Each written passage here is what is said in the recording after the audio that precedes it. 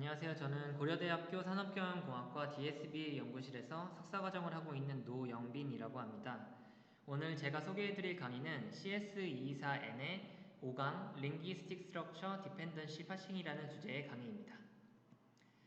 네, 목차는 다음과 같습니다. 먼저 파싱이 무엇이고 디펜던시 파싱이 무엇인지에 대해서 살펴본 뒤에 우리가 이 파싱을 왜 필요로 하는 것인지에 대해서 간단히 살펴보고 디펜던시 파싱에서 사용되는 문법적인 규칙에 대해서 살펴본 뒤에 디펜던시 파싱이 정확하게 자세히 어떻게 이루어지는지에 대해서 살펴보도록 하겠습니다. 그리고 마지막으로는 조금 더 어드밴스드한 컨텐츠에 대해서 살펴본 뒤에 마무리하도록 하겠습니다. 네, 먼저 파싱의 정의입니다. 일반적으로 파싱을 네이버나 이런 사전 같은 것에서 살펴보면은 각 문장의 문법적인 구성 또는 구문을 분석하는 과정이라고 나와 있는데요. 조금 더 쉽게 얘기를 하면은 구문 분석 트리를 구성하는 것이라고 할 수 있겠습니다.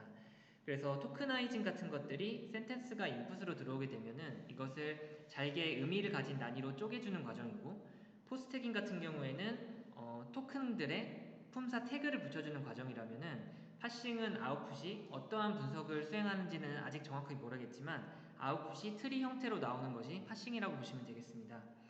파싱은 크게 목적에 따라서 두 가지로 나눠볼 수가 있는데요. 먼저 문장의 구조를 파악하는 것이 주 목적인 컨스티튜언시 파싱과 단어 간 관계를 파악하는 것이 주 목적인 디펜던시 파싱, 이렇게 두 가지로 나눠볼 수가 있습니다. 먼저 컨스티튜언시 파싱에 대해서 조금 더 자세히 살펴보도록 하겠습니다. 네, 컨스티튜언시 파싱은 우리나라 말로 구문 분석이라고도 불리는데요. 문장을 중첩된 성분으로 나눠서 문장의 구조를 파악하는 파싱 방법이라고 보시면 되겠습니다. 그래서 영어와 같이 어순이 비교적 고정적인 언어에서 주로 사용된다고 하는데요. 밑에 그림을 보시게 되면 John hit the ball이라는 인풋 센텐스가 있고, 우리는 이 문장을 존이라는 주어와 hit the ball이라는 동사구로 나눠볼 수가 있습니다. 그리고 이 동사구는 다시 hit라는 동사와 the ball이라는 명사구로 나눠볼 수가 있고, the ball은 다시 더라는 한정사와 ball이라는 명사로 나눠볼 수가 있습니다. 그래서 이렇게 문장이 어떠한 특정 단어들, 토큰들로 뭉쳐져서 이루어졌다라고 바라보는 것이 컨스티튜언시 파싱의 기본적인 가정이고, 이러한 가정에 기반을 해서 문장을 분석을 하는 데 있어서 어떠한 부분으로 나눠볼 수 있을 것인가로 파싱 아웃풋 트리를 만들어내는 것이 컨스티튜언시 파싱이라고 볼 수 있겠습니다. 그래서 이 컨스티튜언시 파싱의 목적은 문장의 구조, 외형적인 구조를 파악하는 것이 목적이라고 할 수 있겠습니다. 반면에 디펜던시 파싱의 경우에는 우리나라 말로 의존 구문 분석이라고 불리는데, 전체적인 구성이나 구조보다는 각 개별 단어 간의 의존 관계 또는 수식 관계를 파악하는 것이 목적입니다. 그래서 옆에 보시는 것과 같이 아웃풋 트리가 이렇게 나와 있고, 이 트리는 좀 분해를 해보면 어떻게 나오냐면 이렇게 각 개별 단어의 관계로 표현을 할 수가 있습니다. 그래서 항상 뒤에도 말씀을 드리겠지만 디펜던시 파싱에서는 수식을 받는 단어에서 수식을 하는 단어로 화살표가 가는데, 이 예시에서는 hit라는 수식을 받는 단어에서 존이라는 수식을 하는 단어로 화살표가 가고 있고, 이 화살표 위에 and subject, nominal subject라는 라벨이 붙어 있는 것을 확인할 수가 있습니다. 그래서 디펜던시 파싱의 기본적인 아웃풋은 개별 단어 간의 관계를 파악해서 어디서 어디로 화살표가 가는 것이고, 그 화살표 위에 어떠한 라벨을 붙여주실 것인가를 결정하는 것이 이 아웃풋이라고 할 수 있겠습니다. 그래서 중요한 것은 이 수식을 받는 단어를 head 또는 governor라고 하고, 수식을 하는 단어를 dependent 또는 modifier라고 한다고 합니다. 그래서 항상 head에서 dependent로 화살표가 가고 있고, 수식을 받는 단어가 이렇게 hit가 있고 볼이 있고, 수식을 하는 단어가 존, 볼, 더가 있는데, 모든 단어가 수식 관계를 가지는 것은 아니고 이렇게 수식 관계를 가지고 있는지 아닌지도 판단하는 것도 역시 디펜던시 파싱의 중요한 의사결정 중에 하나고, 이러한 의사결정 과정을 거쳐서 어떠한 단어가 수식을 하고 어떠한 단어가 또 수식을 받는지를 결정하는 것이 디펜던시 파싱의 중요한 의사결정 단계라고 할 수 있겠습니다. 그래서 John hit the ball이라는 인풋 센텐스는 다음과 같은 아웃풋 트리를 갖게 되고, 이러한 방식으로 디펜던시 파싱이 이루어지게 됩니다. 그래서 한국어와 같이 고정 어순이 아니라 자유 어순을 가지거나 문장 성분이 생략 가능한 언어에서 선호가 되고, 영어권에서는 앞서 말씀드린 대로 컨스티튜언시 파싱이 조금 더 주목을 받는다고 말씀을 드렸는데, 디펜던시 파싱에 대한 관심도 지금 현재 좀 증가를 하고 있는 추세라고 합니다. 그래서 컨스티튜언시 파싱과 디펜던시 파싱으로 파싱을 크게 두 가지로 나눠볼 수가 있었는데, 컨스티튜언시 파싱 경우에는 이 CS224N의 18강에서 조금 더 자세히 다루고 있기 때문에 현재 5강에서는 디펜던시 파싱에 대해서 자세히 살펴보도록 하겠습니다. 네, 우리가 디펜던시 파싱을 좀 더 자세히 살펴보기 전에 이 파싱이라는 것, 특히 디펜던시 파싱이 왜 필요한 것인가에 대해서 궁금해할 수가 있는데요. 이 CS224N 강의에서는 파싱이 필요한 이유에 대해서 ambiguity 관점에서 설명을 하고 있습니다. 먼저 coordination scope ambiguity라는 것에 대해서 설명을 하고 있는데, 이 coordination scope ambiguity는 특정 단어가 수식하는 대상의 범위가 달라짐에 따라서 의미적인 어떤 중의성을 갖게 되는 모호함이라고 볼 수 있겠습니다. 그래서 밑에 예시를 보도록 하겠습니다.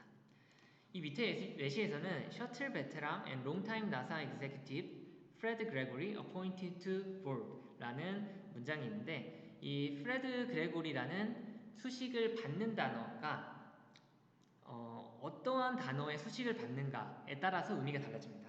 예를 들어서 이 셔틀 베테랑 앤 롱타임 나사 이그제큐티브라는 이 긴 구의 수식을 받는다라고 하면은 프레드 그레고리는 셔틀 베테랑이면서 롱타임, 나사에서 롱타임이란 executive가 될 수 있는데, 밑에 예시를 보시게 되면은 프레드 그레고리는 셔틀 베테랑은 아니고 롱타임 나사 executive이고 셔틀 베테랑은 아예 따로 있는 다른 인물인 것입니다. 그래서 이 프레드 그레고리라는 이 수식을 받는 단어가 어떠한 단어의 수식을 받는가에 따라서 문장의 의미가 전혀 달라질 수 있기 때문에 우리가 파싱을 통해서 어떠한 단어가 어떠한 단어의 수식을 받는가를 결정할 수 있다면은 이러한 모호성을 해소할 수 있다는 것이 이 디펜던시 파싱이 필요한 이유라고 할 수 있겠습니다. 그리고 다음 ambiguity가 있는데 phrase attachment ambiguity라는 것이 있다고 합니다. 그래서 이거는 형용사구나 동사구, 전치사구 등이 어떤 단어를 수식하는지에 따라서 의미가 달라지는 모호성이라고 합니다.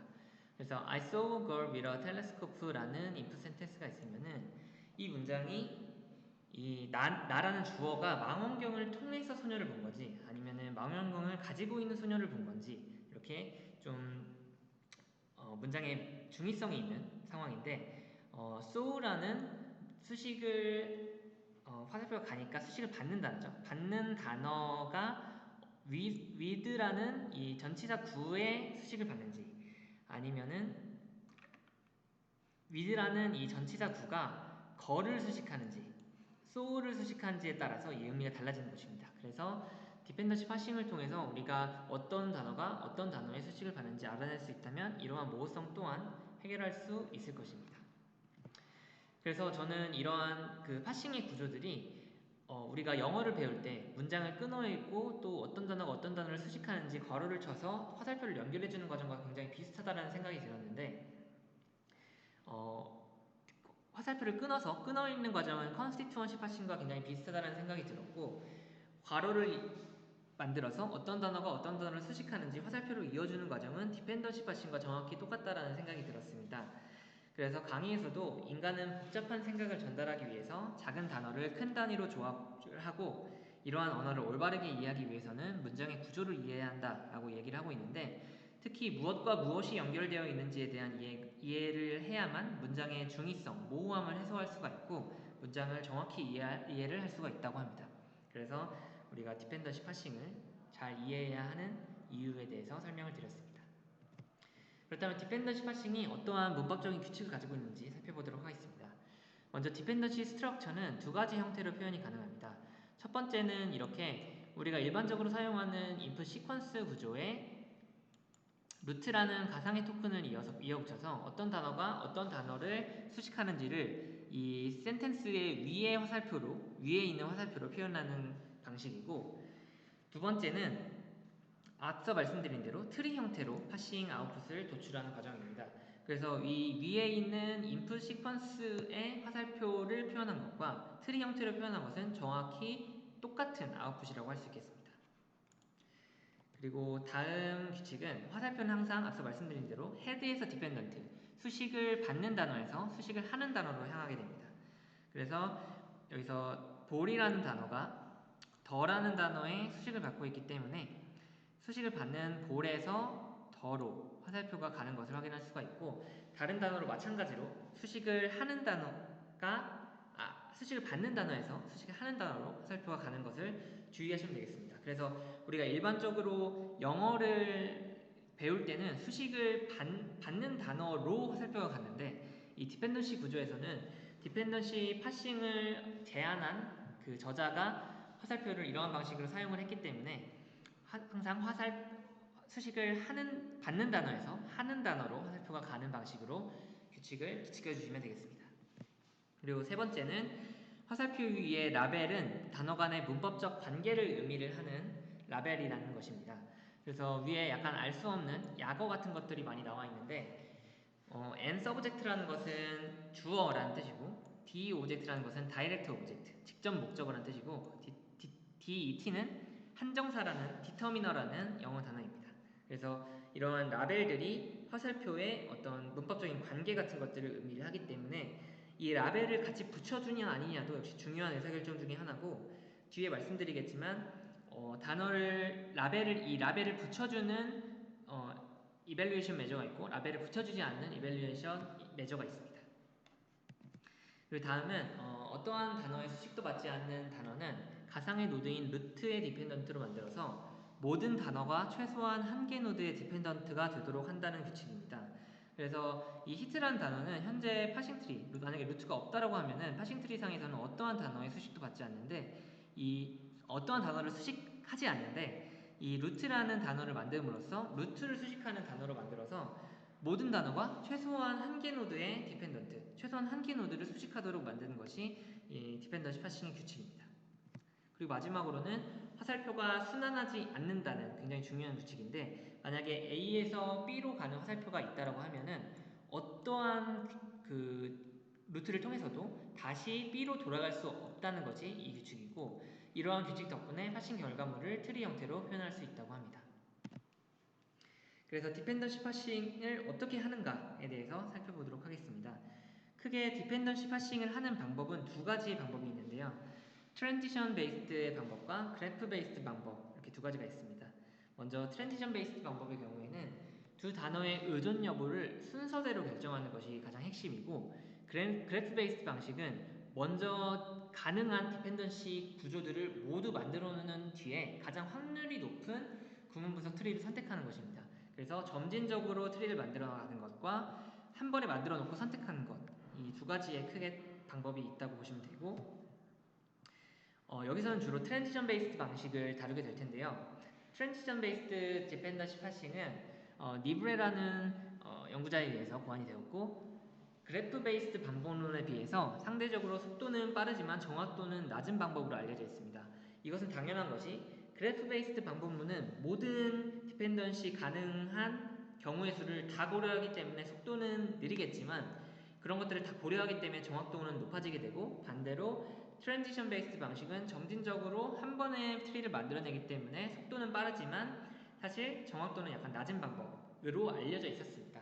하지만 현재로 오면서 이 신경망 기반의 방법론이 굉장히 발달을 하게 되면서 이 CS224N을 강의하고 있는 매닝 교수님 연구실에서 댄스 피처를 사용한 신경망 기반의 트랜지션 베이스드 파서를 제안을 했다고 합니다.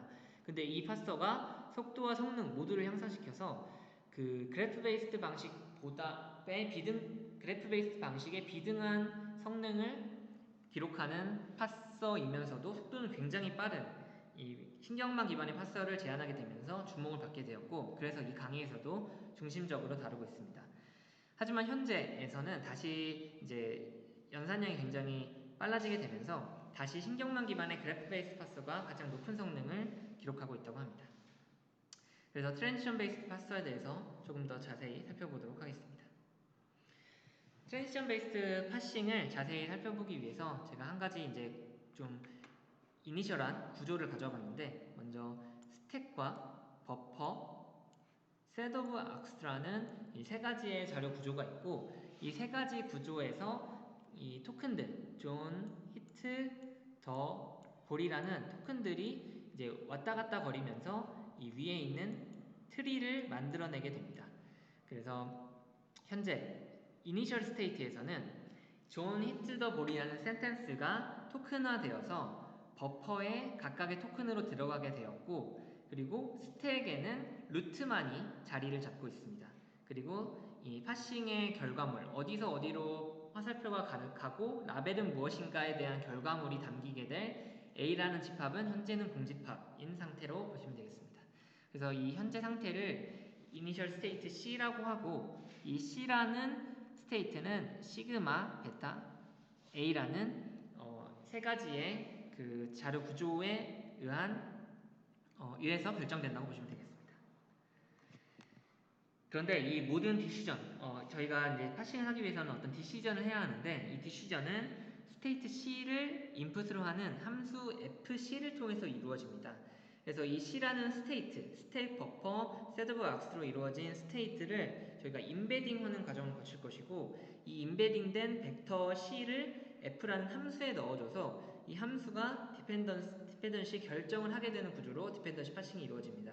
이때 F라는 함수는 서포트 벡터 머신이 될 수도 있고, 뭐 신경만이 될 수도 있고, 이런 다양한 우리가 알고 있는 모델들을 활용을 하게 됩니다. 그렇다면 이 디시전이 과연 무엇인가가 중요해지는데요. 디시전의 경우에는 쉬프트와 레프트 아크, 라이트 아크 이렇게 세 가지의 종류로 이루어져 있습니다. 먼저 쉬프트는 버퍼에서 스택으로 토큰이 이동하는 과정을 쉬프트라고 합니다. 그래서 현재 버퍼는 이제 first in first out 구조이기 때문에 존이 가장 첫 번째고, 쉬프트 의사결정을 하게 되면 존이 스택으로 이동을 하게 되는 것이 이제 쉬프트 의사결정이라고 보시면 되겠습니다. 만약에 뭐 히트가 첫 번째 토큰이라고 하면 히트가 이제 버퍼에서 스택으로 이동하는 것이 쉬프트 의사결정이라고 보시면 되겠습니다. 다른 자료 구조에서 다른 자료 구조로 이동을 하진 않고, 이 디펜던시 파싱에서는 항상 버퍼에서 스택으로 토큰이 이동을 하게 됩니다. 그리고 레프트 아크와 라이트 아크는 이제 화살표를 결정하는 단계인데, 스택에 있는 탑 1, 2 단어, 버퍼에서 이제 이동을 해오게 될 텐데, 탑 1, 2 단어, 여기가 2고, 이제 스택은 last in first out 구조이기 때문에 이 뒤에 있는 단어가 첫 번째 단어고, 이 첫 번째 단어와 두 번째 단어를 그 F라는 함수가 C를 통해서 결정을 하게 해서 이 첫 번째에서 두 번째로 화살표가 갈 것인지, 아니면 두 번째에서 첫 번째로 화살표가 갈 것인지를 결정을 하는 것이 이제 라이트 아크, 레프트 아크 의사결정이라고 보시면 되겠습니다. 그래서 화살표의 방향에 따라서 만약에 스택의 두 번째 단어에서 첫 번째 단어로 간다면은 화살표가 오른쪽으로 가는 것이기 때문에 라이트 아크, 반대로 첫 번째에서 두 번째로 간다면 화살표가 레프트로 가는 것이기 때문에 레프트 아크 의사결정이라고 보시면 되겠습니다. 그리고 이 라이트와 레프트 아크 의사결정은 라벨이 붙냐 아니냐에 따라서 또 의사결정 경우에서가 굉장히 늘어나게 되는데, 의사결정 경우에서를 만약에 라벨 개수를 NL개라고 한다면은 라벨을 같이 예측을 하게 될 경우에는 이 NL 플러스 1의 의사결정 개수를 가지게 됩니다. 이 NL은 디펜던시 기준에 따라서 일반적으로는 17개 또는 45개가 된다고 해서 총 경우의 수가 35개 또는 NL이 45일 경우에는 91개가 된다고 합니다. 그래서 의사결정 경우의 수가 라벨을 같이 예측하게 되면 굉장히 늘어나게 됩니다. 그래서 이 세 가지의 의사결정 또는 라벨까지 예측하게 된다면 35 또는 91개의 의사결정을 C라는 스테이트를 인베딩 시켜서 C라는 벡터를 인풋으로 받는 함수 F가 결정을 하게 되는 것이 디펜던시 파싱이라고 보시면 되겠습니다. 네, 이제 디펜던시 파싱을 시작을 해볼 텐데, 앞서 말씀드린 대로 라이트 아크와 레프트 아크 디시전은 스택의 탑 1, 2 단어를 대상으로 이루어집니다.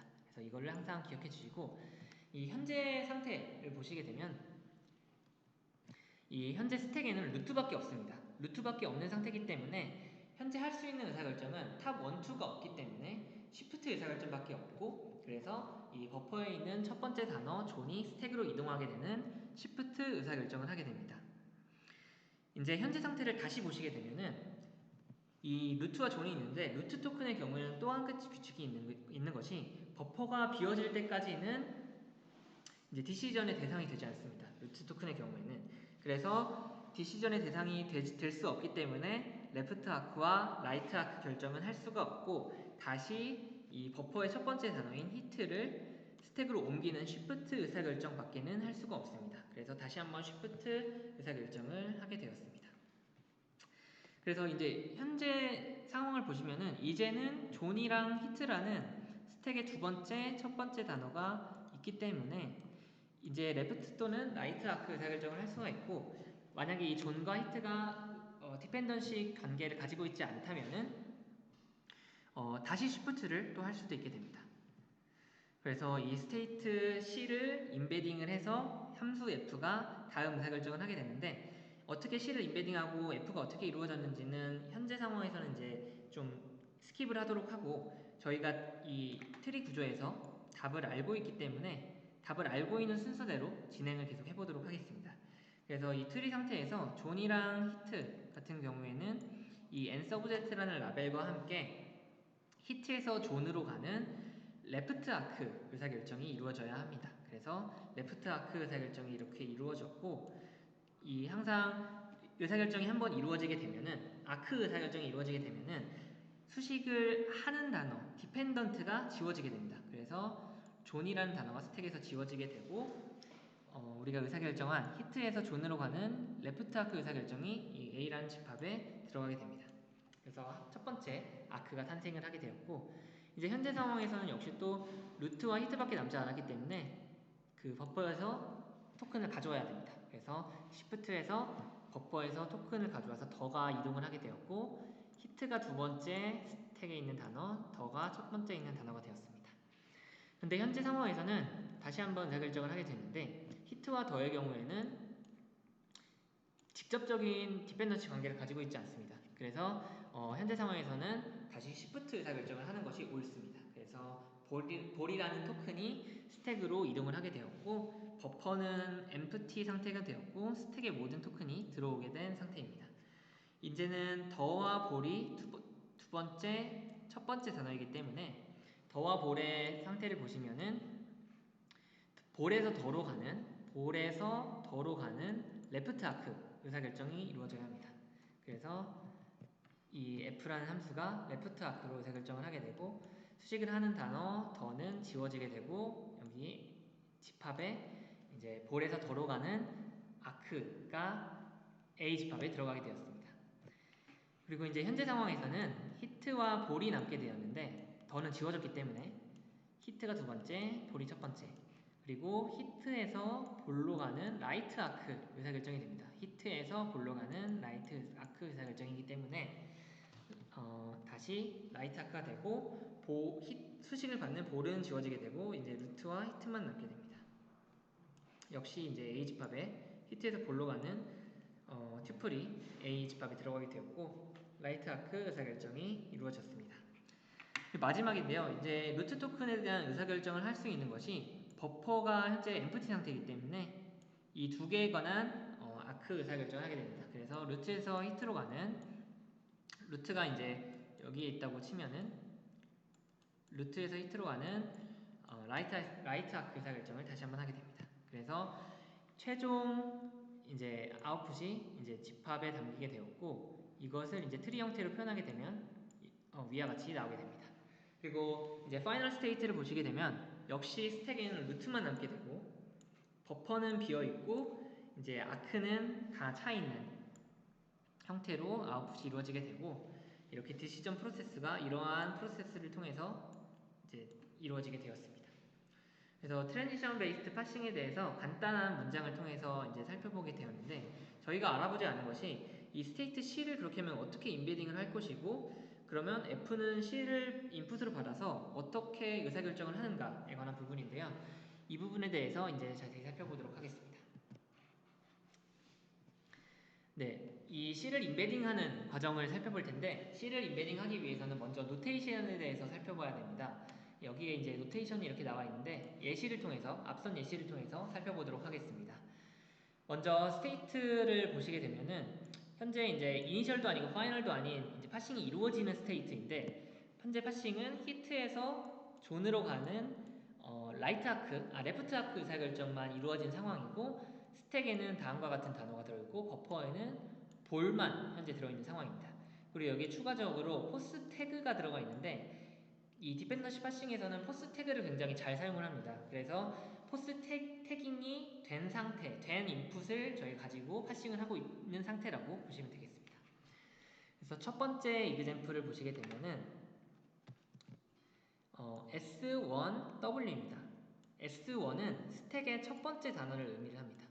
그리고 W는 단어를 의미를 하기 때문에 스택의 첫 번째 단어인 더를 그대로 써주시면 되겠습니다. 그리고 B1은 버퍼의 첫 번째 단어입니다. 버퍼에는 현재 볼이라는 단어밖에 없기 때문에 볼이 첫 번째 단어가 되고 이번엔 W가 아니라 T를 가져오라고 했습니다. T의 경우에는 태그이기 때문에 볼에 해당하는 태그인 known, NN을 기입하면 되겠습니다. 그리고 LC S2W인데요. 먼저 S2는 이제 스택의 두 번째 단어, 히트이고 LC는 현재 상황에서의 레프트 차일드입니다. 그래서 히트라는 단어를 트리를 보시게 되면은 히트의 레프트 차일드가 존이기 때문에 존의 W, 단어를 가져오라고 했으므로 존을 그대로 써주시면 되겠습니다. 그래서 레프트 차일드가 현재 여기 LC로 표현이 되었고 여기서 LC1 또는 LC2 이렇게 표현하는 경우가 있는데 LC1의 경우에는 가장 레프트에 있는 차일드라고 보시면 되고 그 다음 레프트를 이제 LC2라고 표현하고 그 다음 레프트를 LC3라고 표현을 합니다. 그래서 여기 있는 숫자가 이제 얼마만큼 레프트에 있는가를 표현하는 숫자라고 보시면 되겠습니다. 그리고 마지막 예시는 이제 RC인데요. RC는 이제 예상하신 대로 라이트 차일드이고 현재 스택2는 히트의 라이트 차일드는 우리가 정답을 알고 있기 때문에 볼인 것을 알고 있지만 현재 스테이트에서는 라이트 차일드는 아직 결정되지가 않았습니다. 그래서 이제 라이트 차일드가 결정되지 않았기 때문에 널로 적어주시면 되겠습니다. 그래서 노테이션이 이렇게 이루어지게 되고 이 노테이션을 가지고 저희가 피처를 셀렉션하는 과정을 거쳐보도록 하겠습니다.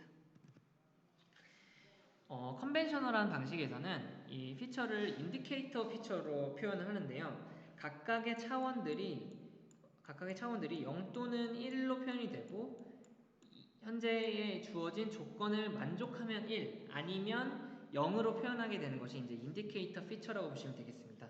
그래서 현재 상태에서는 S1 스택의 첫 번째 단어가 더이고 스택의 첫 번째 단어의 태그가 DT 한정사이면 1 아니면 0으로 표현을 하는 것이 이제 해당 차원의 피처가 되겠고 이러한 방식으로 거의 한 10의 6승에서 한 10의 7승 정도까지 이제 의 벡터로 표현을 하는 것이 컨벤셔널한 전통적인 방식에서 사용된 디펜던시 피처라고 보시면 되겠습니다. 그래서 현재 스택 1에서는 더이고 더의 포스태그가 DT가 맞기 때문에 1이 들어가게 된 것입니다. 다음 예시에서는 스택 2 히트의 단어가 히트가 맞고 그리고 스택 2의 태그가 VBD 동명사가 맞고 그리고 버퍼의 첫 번째 단어의 태그가 DT여야 하는데 NN이기 때문에 0이 들어갔습니다. 그래서 false이므로 0이 들어갔고 다음 예시를 보시게 되면 스택 2의 단어가 히트인데 히트의 레프트 차일드가 존이고 존의 단어가 존이 맞기 때문에 이건 맞는데 스택 1 더라는 단어는 현재 파싱 트리에서 어떠한 차일드도 가지고 있지 않습니다. LC라는 단어 자체가 없기 때문에 이 히트라고 표현한 것이 잘못되었고 널로 표현해줘야 되는 것이 맞습니다. 그래서 이제 현재 인디케이터 펑션은 false이기 때문에 0의 밸류로 표현을 해주게 됩니다. 이렇게 계속해서 false인지 true인지를 따져본 뒤에 0 또는 1의 바이너리하고 스파르스한 레프레젠테이션을 표현을 하는 것이 이제 컨벤셔널한 피처 레프레젠테이션이라고 보시면 되고 일반적으로 1개에서 3개 정도가 결합된 인디케이터 피처입니다. 그래서 이러한 과정들이 굉장히 오래 걸리기 때문에 파싱의 소요시간 중에 95% 이상이 피처 연산의 소요가 되고 계산 비용이 굉장히 높은 과정이라고 볼 수 있겠습니다. 그리고 한 가지 또 단점이 있는 게 단어 또는 포스 태그의 의미를 반영하지 못한다는 점입니다. 그래서 위에 보신 대로 true 또는 false로 표현을 하기 때문에 어떤 단어가 어떤 단어와 유사한지 또 포스 태그 간에도 유사성이 있는데 이러한 유사성을 전혀 반영하지 못한다는 것도 단점이라고 할 수가 있겠습니다. 그래서 전통적인 방식에서는 이 스테이트 C를 인베딩하기 위해서 이 인디케이터 피처를 활용을 해서 바이너리하고 스파스한 피처로 표현을 하였고, 이제 F라는 함수가 이 C를 받아서 Shift 또는 라이트 아크, 레프트 아크 의사결정을 하는 것이 이제 컨벤셔널한 디펜던시 파싱이었습니다. 그런데 이제 신경망 기반의 방법론들이 굉장히 발달을 하게 되면서 이제 매닝 교수의 연구실에서 뉴럴 디펜던시 파서라는 것을 제안을 하였고, 되게 그림만 보시게 되면은 굉장히 일반적인 피드 포워드 네트워크라고 보여집니다. 사실 모델 구조는 피드 포워드 네트워크가 맞는데 이 피처를 레프레젠테이션 하는 과정이 약간은 다르고 또 여기서 액티베이션 과정이 약간 다르기 때문에 이 부분을 중심으로 설명을 드리도록 하겠습니다. 먼저 피처를 셀렉션하는 과정에 대해서 살펴보도록 하겠습니다. 피처 셀렉션 과정은 앞서 저희가 이제 공부를 한 노테이션을 통해서 이루어지게 되고, example state, 현재 스테이트에서 각각의 피처 템플릿을 본 뒤에 이 태그들이, 피처들이 어떠한 것인지 여기서 이제 보고 가져오는 과정이라고 보시면 되겠습니다. 현재 example state는 input sentence가 The brown fox is quick and he is jumping over the lazy dog 라는 input sentence를 가지고 현재 파싱이 이루어지고 있는 과정이라고 보시면 되겠습니다. 그래서 이만큼의 파싱 트리가 만들어졌고 스택에는 3개 단어, 버퍼에도 역시 3개 단어가 들어가 있는 current state라고 보시면 되겠습니다. 현재 이 스테이트에서 피처를 하나씩 가져와 보도록 하겠습니다. 먼저 이제 스택과 버퍼의 탑3 단어 6개인데요. 이거는 쉽습니다. 그래서 루트, 퀵, 오버, 그리고 더 레이지 도구를 이제 버퍼와 스택의 순서대로 가져오면 되겠습니다. 그래서 이렇게 가져오게 되고 순서만 주의하면 되는데 스택은 이제 라스트 인 퍼스트 아웃이기 때문에 오버부터 퀵, 루트의 순서대로 가져가게 되고 오버부터 퀵, 루트의 순서를 가져가게 되고 버퍼는 역시 이제 first in first out이기 때문에 더 레이지 도구가 이제 순서대로 오게 되면 됩니다. 그래서 6개 단어를 가져오게 됐고, 그리고 다음으로는 스택 탑 1, 2 단어의 first and second, left and right child 단어인데 쉽게 표현하면은 가장 left인 단어와 그 다음 left인 단어, 그리고 가장 right인 단어와 그 다음 right인 단어를 스택 탑 1, 2 단어 각각 가져오라는 뜻입니다. 그래서 총 8개가 되고 현재 예시를 보시게 되면 스택 1에 대해서 차일드를 가져와야 되는데 레프트 차일드, 라이트 차일드를 1, 2를 각각 4개를 가져와야 되는데 현재 파싱 트리 상에서는 오버가 없습니다. 그래서 모두 다 널로 넣어주게 되면 되고, 그 다음 예시에서는 스택 2에 대해서 스택 2인 퀵에 대해서 퀵은 차일드가 굉장히 많습니다.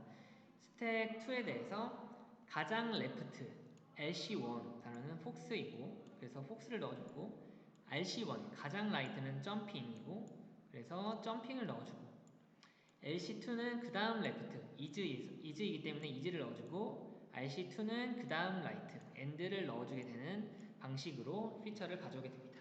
그래서 총 8개의 토큰을 추가로 가져오게 되었습니다.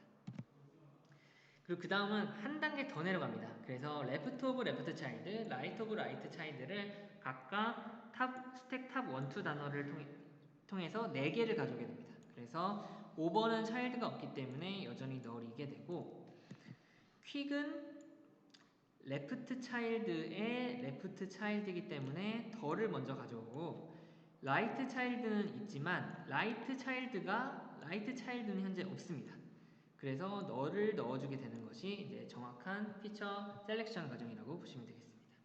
그래서 단어 레벨에서는 총 6개, 8개, 4개 해서 18개를 가져오게 되는데, 이 18개에 해당하는 포스 태그를 또 가져와서 피처로 삼게 됩니다. 그래서 18개에 해당하는 피처를 또 추가로 가져오게 되었습니다. 그리고 마지막으로는 아크 라벨도 가져오게 되는데, 여기 앞서 단어 레벨에서 스택과 버퍼에서 가져온 단어 6개를 제외하고 12개가 남게 되는데, 여기에 해당하는 12개 라벨들을 이렇게 가져오면 되게 되겠습니다. 그래서 널이면 널로 그냥 가져오면 되고 루트면 루트로 가져오고 루트는 없는 것이 맞겠습니다. 여기 스택과 버퍼에 있는 것이기 때문에 루트는 없는 것이 맞고 12개에 해당하는 라벨들을 이렇게 가져오게 되면 피처가 마지막으로 선택이 되고 총 단어 레벨로 해서 18개 그리고 포스 태그가 18개, 라벨이 12개가 돼서 48개의 피처를 해당 논문에서는 선택을 하였습니다.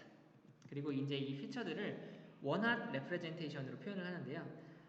워드 단계가 이제 18개이기 때문에 18개 바이 보케블러리 사이즈만큼의 원핫 매트릭스가 탄생을 하게 되고 포스 태그는 18개를 가져왔기 때문에 18개 바이 포스 태그 개수만큼 매트릭스가 만들어지게 되고 일반적으로 포스 태그는 한 45개 정도가 된다고 합니다. 그리고 마지막으로 아크 라벨은 12개를 가져왔기 때문에 12개 바이 NL개만큼의 원핫 레프레젠테이션이 만들어지게 됩니다. 그래서 이렇게 원핫 피처를 셀렉션하는 과정을 거쳤고 이제는 피처를 임베딩하는 과정인데요. 피처 임베딩 과정은 저희가 일반적으로 그 텍스트 관련된 태스크에서 수행하는 대로 그 피처 임베딩 매트릭스가 이렇게 있고 이 임베딩 매트릭스에서 룩업 테이블을 가져오듯이 이 해당 토큰에 해당하는 퀵이라면은 퀵 벡터를 이렇게 가져오게 되는 것입니다. 그래서 각각의 토큰에 해당하는 벡터를 이렇게 하나씩 룩업 테이블 형식으로 가져오게 되고 이것들을 컨캣해서 워드 피처로 삼는 것이 이제 피처 임베딩 과정이라고 보시면 되고 역시 포스 태그도 똑같이 매트릭스에서 가져오게 되고 아크 라벨도 역시 매트릭스에서 가져오게 돼서 이렇게 총 최종 피처를 임베딩을 하게 됩니다. 그래서 임베딩된 피처를 이제 히든 레이어에 넣어주는 과정입니다. 히든 레이어는 저희가 이제 임베딩된 벡터들과 웨이트 매트릭스를 곱한 뒤에 바이어스 벡터를 더하는 일반적인 피드포워드 네트워크라고 보시면 됩니다. 근데 이제 하지만 렐루나 시그모이드, 테네이처 같은 일반적인 액티베이션 펑션을 사용하지 않은 것이 약간은 다른 점인데 여기서는 이 일반적인 액티베이션 펑션 대신에 큐브 펑션을 사용을 했습니다. 그래서 세제곱을 해줬는데 이 세제곱을 해준 이유가 세제곱을 하게 되면은 여기서 밑에 보시는 것 같이 이 X 피처들이 이 곱해지는 형태로 상호작용을 한 형태로 표현이 된다고 합니다. 그래서 이 xijk가 각 워드와 포스 태그, 아크 라벨의 조합으로 표현이 되는데 이 조합의 가중치를 줌으로써 이 워드, 포스 태그, 아크 라벨 간의 상호작용을 반영할 수 있는 큐브 펑션이 이 액티베이션 펑션으로 사용되었다고 논문에서는 이야기를 하고 있습니다. 그래서 엄밀하게 수학적인 증명을 하지는 않았는데 실험 결과 타 논리니어리티 대비해서 우수한 성능을 기록했다고 합니다. 근데 한 가지 참고를 하시면 좋을 점이 렐루 같은 경우에는 강의에서는 큐브 펑션을 언급하지 않고 렐루를 언급하고 있어서 제가 생각하기에는 렐루와 큐브 펑션을 사용했을 때 모두 성능이 괜찮지 않았나 라고 생각을 하게 되고 2014년이 렐루가 없었던 시기가 아니기 때문에 아마 실험에서는 렐루와 큐브 펑션을 약간 비슷하게 이제 성능이 나와서 비슷하게 났는데 이제 액티베이션 펑션을 약간 좀 참신하게 적용을 하기 위해서 렐루와는 비교하지 않고 큐브 펑션만을 사용한 것이 아닌가라는 생각이 들었습니다. 그리고 마지막으로 이제 히든 레이어를 거친 히든 벡터를 소프트 레이어, 소프트맥스 레이어에 넣어서 의사결정을 하는 단계입니다. 그래서 다시 한번 리니어 프로젝션을 한번 해주고 소프트맥스 펑션을 넣어줘서 가장 확률이 높은 의사결정, 현재는 이제 레프트 아크에 주어라는 라벨을 단 의사결정을 하는 것이 가장 확률이 높기 때문에 이렇게 의사결정을 해주는 것이 이제 마지막 소프트맥스 레이어의 역할이라고 보시면 되겠습니다. 그래서 이밸류에이션 매저인데요. 앞서 말씀드린 대로 라벨을 예측하지 않고 그 방향만 예측하는 경우에는 이렇게 세 가지라고 해서 세 가지 UAS라고 해서 Unlabeled Attachment Score라고 하고 라벨을 같이 예측하는 경우에는 의사결정 개수가 좀 많아지는데 그 방향과 함께 라벨 또한 함께 예측을 해서 Labeled Attachment Score라고 합니다.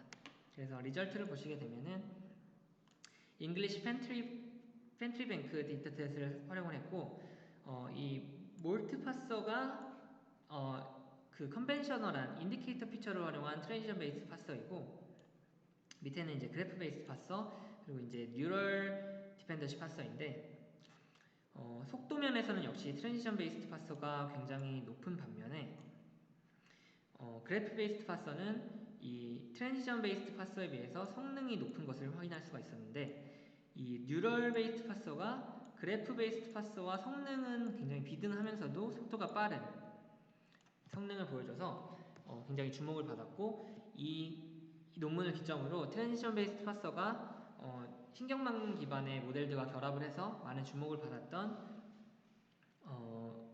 상황이 되었습니다.